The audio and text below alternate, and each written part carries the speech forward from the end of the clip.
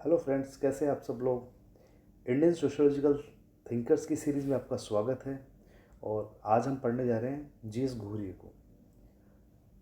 GS Ghurye का पूरा नाम गोविंद सदाशिव घुरिये है और इनका जन्म 12 दिसंबर 1893 को हुआ। डेथ इनकी 1983 में हुई। ठीक है। भारतीय सामाजिक व्यवस्था का इंडोलॉजिकल अप्रोच से इन्होंने अध्ययन किया और इसी के लिए ज़्यादा जाने भी जाते हैं। ठीक है। और भारत में समाजशास्त्र को एक संस्थागत रूप भी इन्होंने दिया। ठीक है। तो इनके बारे में पढ़ लेते हैं, इनका पर्सनल लाइफ कैसा रहा है। ठीक है। इनका जो एकेडमिक जो करियर है वो कैसा रहा है। ठीक है फ्रेंड्स। बम्बई विश्वविद्यालय में समाजशास्त्र विभाग स्थापित करने का श्रेय पैट्रिक गेट्स को जाता है। ठीक है। किन को जाता है? Patrick Gates. कब किया था इन्होंने स्थापित? 1919 में। घुरिये पैट्रिक गेट्स के संपर्क में बम्बई विश्वविद्यालय में ही आए थे। ठीक है। घुरिये ने पैट्रिक गेट्स के नेतृत्व में एक नगरीय केंद्र के रूप में बम्बई विषय पर लेख लिखा, जिसके आधार पर घुरिये को विदेश में पढ़ने की छात्रवृत्ति मिली और वे लंदन चले गए। क्या नाम था लेख का? एक नगरीय केंद्र के रूप में बम्बई, ये याद रखना। ठीक है। वहाँ पर कुछ समय लंदन स्कूल ऑफ इकोनॉमिक्स में एल टी हॉबॉस, लंदन में किन से मिले ये? लंदन स्कूल ऑफ इकोनॉमिक्स में एल टी हॉबॉस के साथ काम किया। तत्पश्चात उन्होंने कैम्ब्रिज विश्वविद्यालय के प्रोफेसर रिवर्स तथा उनका मृत्यु के पश्चात एसी हेडन के निर्देशन में अपना शोध कार्य पूरा किया। ठीक है। बम्बई में किन के साथ थे ये? पैट्रिक गेट्स के साथ में। वहाँ से कहाँ गए? London school of economics. वहाँ पे किन के साथ काम किया? एल टी हॉबॉस के साथ काम किया। उसके बाद कहाँ गए? कैम्ब्रिज विश्वविद्यालय। ठीक है। वहाँ पर किन के साथ में काम किया? प्रोफेसर रिवर्स के साथ में काम किया। जब उनकी डेथ हो गई तो फिर किन के साथ में काम किया? एसी हेडन के साथ में काम किया। ठीक है।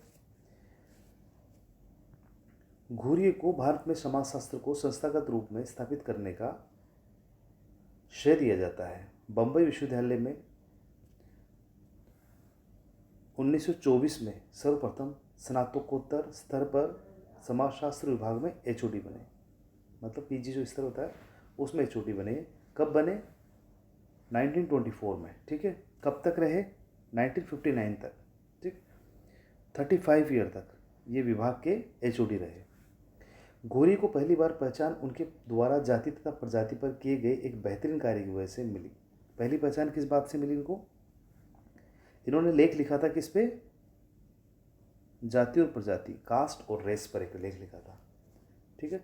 जनजाति अथवा आदिवासी संस्कृति पर घुरिये ने काम किया तथा वेरियर एल्वेन के साथ में हुई वाद विवाद ने इन्हें समाजशास्त्र से बाहर भी पहचान दी। ठीक है। वेरियर एल्वेन के साथ इनका वाद विवाद हुआ था और इसी से इनको पहचान मिली। कई ब्रिटिश शासक तथा मनोविज्ञानी भारतीय जनजातियों को हिंदू समाज से अलग मानते थे। उन्हें लगता था कि हिंदू सोसाइटी उनका शोषण करती है तथा आगे भी करती रहेगी। अतः उनका कर्तव्य है कि वो उनको संरक्षण दे। ठीक है। ब्रिटिश जो शासक और मनोवैज्ञानिक थे वो ये मानते थे कि हिंदू समाज से जो जनजातियाँ हैं ये अलग ही है, क्योंकि थोड़ा सा इनका व्यवहार भी इसी तरह से रहता था। हमारी जो डोमिनेंस जो कास्ट थी उनका, जो ट्राइबल जो लोग थे उनके प्रति, वो ट्राइबल लोगों का जो रहना था वो भी आउट ऑफ टाउन, और जो बड़ी जंगल थे या पहाड़ थे उनमें ये लोग रहते थे। ठीक है। तो अलग थलग से रहते थे ये, और ब्रिटिश शासक मानते थे कि हिंदू समाज से ये अलग ही है। ठीक है। बट जो घुरिये थे उन्होंने इस पर्सपेक्टिव में बदलाव लाया। घुरिये राष्ट्रवादी विचारधारा के प्रबल समर्थक थे। उन्होंने इस बात पर बल दिया कि भारतीय जनजातियों को पिछड़े हिंदू समूह के रूप में पहचाना जाए, न कि भिन्न सांस्कृतिक समूह के रूप में।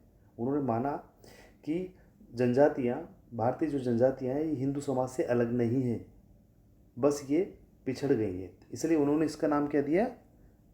पिछड़े हिंदू। घुरिये को शैक्षिक साख उनके द्वारा कैम्ब्रिज में किए गए डॉक्टरेट के शोध निबंध के आधार पर बनी, जो आगे चलकर 1932 में किस नाम से प्रकाशित हुआ? Caste and race in India. मतलब इनका जो थीसिस का टॉपिक था वो क्या था? Caste and race in India. ये याद रखना फ्रेंड्स। ठीक है। 1932 में ये प्रकाशित हुआ था। रिजले ने जाति तथा प्रजाति पर शारीरिक विशिष्टताओं के आधार पर सिद्धांत प्रतिपादित किए, जिसकी घुरी ने आलोचना की। रिजले का मुख्य तर्क था जाति का उद्भव प्रजाति से हुआ। वो मानते थे कि जातियाँ जो है ये प्रजाति से बनी है, क्योंकि विभिन्न जाति समूह किसी भी विशिष्ट प्रजाति से संबंधित लगते हैं।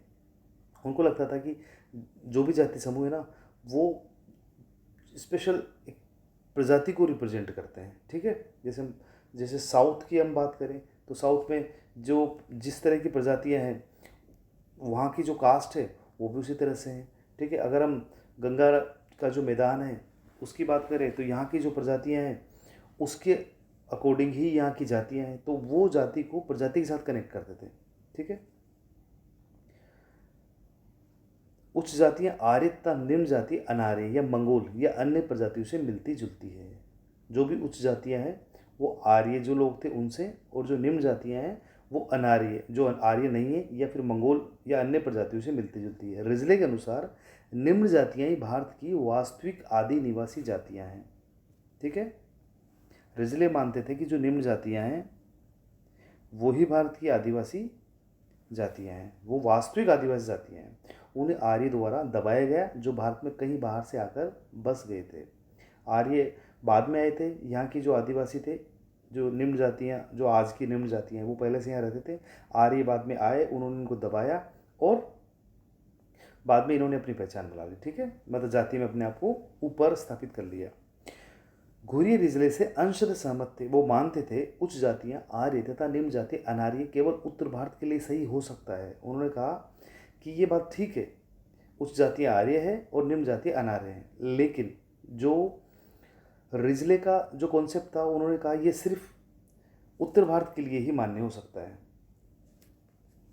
सिंधु गंगा के मैदान को छोड़कर विभिन्न प्रजातीय वर्गों का काफ़ी लंबे समय से मेल मिलाप था, अतः प्रजातीय शुद्धता केवल उत्तर भारत में ही बची थी, क्योंकि वह अंतर्विवाह निषिद्ध था। ठीक है, उन्होंने इसका रीज़न भी बताया। उन्होंने बताया कि सिंधु गंगा के मैदान को छोड़कर, अगर सिंधु और गंगा का मैदान छोड़ दें तो जितने भी और जगह है, जैसे साउथ का जो एरिया है या पूर्व वाला एरिया है या पश्चिम वाला एरिया है, सब में प्रजातीय शुद्धता नहीं बची थी। ठीक है, प्रजातीय शुद्धता की बात करें तो सिर्फ गंगा के मैदान, सिंधु जो गंगा का मैदान है, यहीं पर इसकी प्रजातीय शुद्धता बची थी। और उसका रीज़न था अंतर्विवाह नहीं होना, मतलब जातियों का जातियों में विवाह ही होना। इससे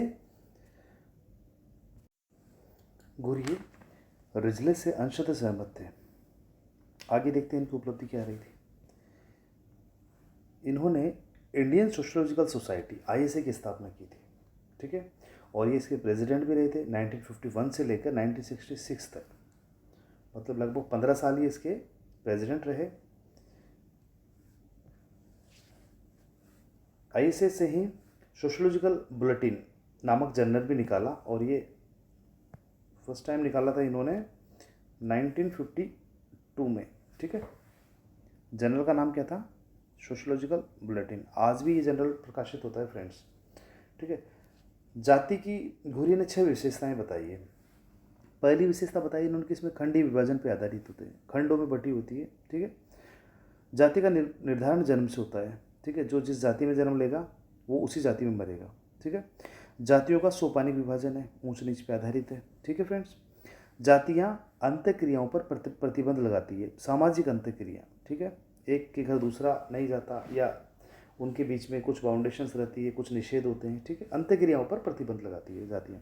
भिन्न जातियों के भिन्न अधिकार और कर्तव्य हैं। उच्च जाति के अधिकार अलग है, निम्न जातियों के अधिकार अलग है, उनके कर्तव्य भी अलग है दोनों के। जाति व्यवसाय को भी सीमित करती है।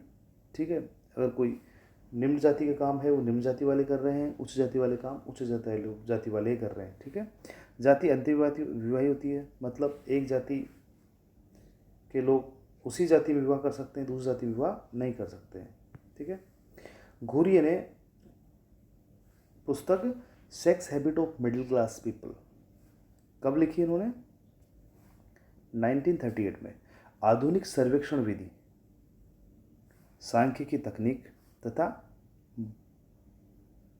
जो बुक थी sex habit of middle class people, इसमें दो तकनीकों का प्रयोग किया, आधुनिक सर्वेक्षण विधि का प्रयोग किया और सांख्यिकी तकनीक का प्रयोग किया। दूसरी बुक है इनकी महादेव कोलिस, 1957 में इन्होंने लिखी थी, उसमें क्षेत्रकारी विधि का प्रयोग किया। ठीक है, ये याद रखना, एग्जाम में पूछते रहते हैं महादेव कोलिस जो पुस्तक है उसमें किस विधि का प्रयोग किया गया है, तो आपको बताना है क्षेत्रीय कार्य विधि या फील्ड वर्क मेथड। ठीक है, घुरी द्वारा भारत विद्याशास्त्र परिप्रेक्ष्य का सर्वाधिक प्रयोग उनके द्वारा किए गए धर्म के समाजशास्त्रीय अध्ययन में दृष्टिगत होता है। विद्याशास्त्री परिप्रेक्ष्य, एंडोलॉजिकल अप्रोच। ठीक है, भारतीय जो धर्म जो ग्रंथ है, जो पुराने ग्रंथ है, उनका अध्ययन करके समाज का विश्लेषण करना, ये विद्याशास्त्र परिप्रेक्ष्य है। ठीक है, रिलीजन ऑफ इंडिया पुस्तक में मैक्स वेबर ने धर्म व अर्थव्यवस्था के मध्य संबंधों के अपने विश्लेषण में हिंदू धर्म को अतार्किक रूप से प्रस्तुत किया था। मैक्स वेबर ने कौन सी पुस्तक थी इनकी? Religion of India. इस पुस्तक में धर्म व अर्थव्यवस्था के मध्य संबंधों पर इन्होंने अध्ययन किया और इन्होंने जो कंक्लूजन निकाला उसमें हिंदू धर्म को अतार्किक रूप से प्रस्तुत किया तथा इससे औद्योगिक पूंजीवाद में बाधक बताया। इन्होंने बताया कि हिंदू धर्म के जो मान्यताएं हैं वो औद्योगिक पूंजीवाद में बाधक है। मतलब जो हम आइडियोलॉजी फॉलो करते हैं हिंदू धर्म में, वो इंडस्ट्रियल जो कैपिटलिज्म है उसको रोकता है। ठीक है, तब घुरी द्वारा हिंदू धर्म का सकारात्मक विश्लेषण किया गया। ठीक है, इन्होंने जब रिलीजन ऑफ इंडिया में मैक्स वेबर ने हिंदू धर्म के का क्रिटिसिज्म किया इस बात को लेकर कि ये औद्योगिक जो डेवलपमेंट है उसको रोकता है, तब इन्होंने इंडोलॉजिकल अप्रोच का सहारा लेकर इनकी सारी बातों का जवाब दिया और हिंदू धर्म का सकारात्मक विश्लेषण किया।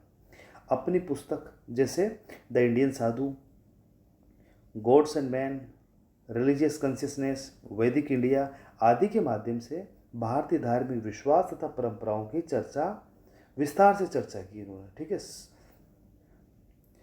वैदिक इंडिया पुस्तक में ऋग्वेद के आधार पर मैक्स वेबर के विचारों के विपरीत ये बताया कि वैदिक कालीन भारतीय समाज में आर्थिक एवं सामाजिक सांस्कृतिक पक्षों के मध्य प्रकार्यात्मक संबंध है।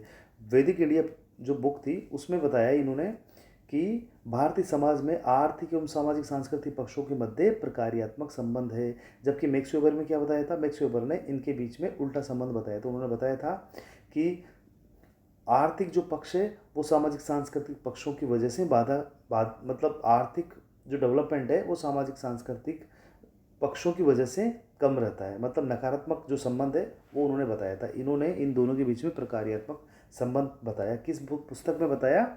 वैदिक इंडिया पुस्तक में। Caste and race in India तथा कास्ट, क्लास एंड ऑक्यूपेशन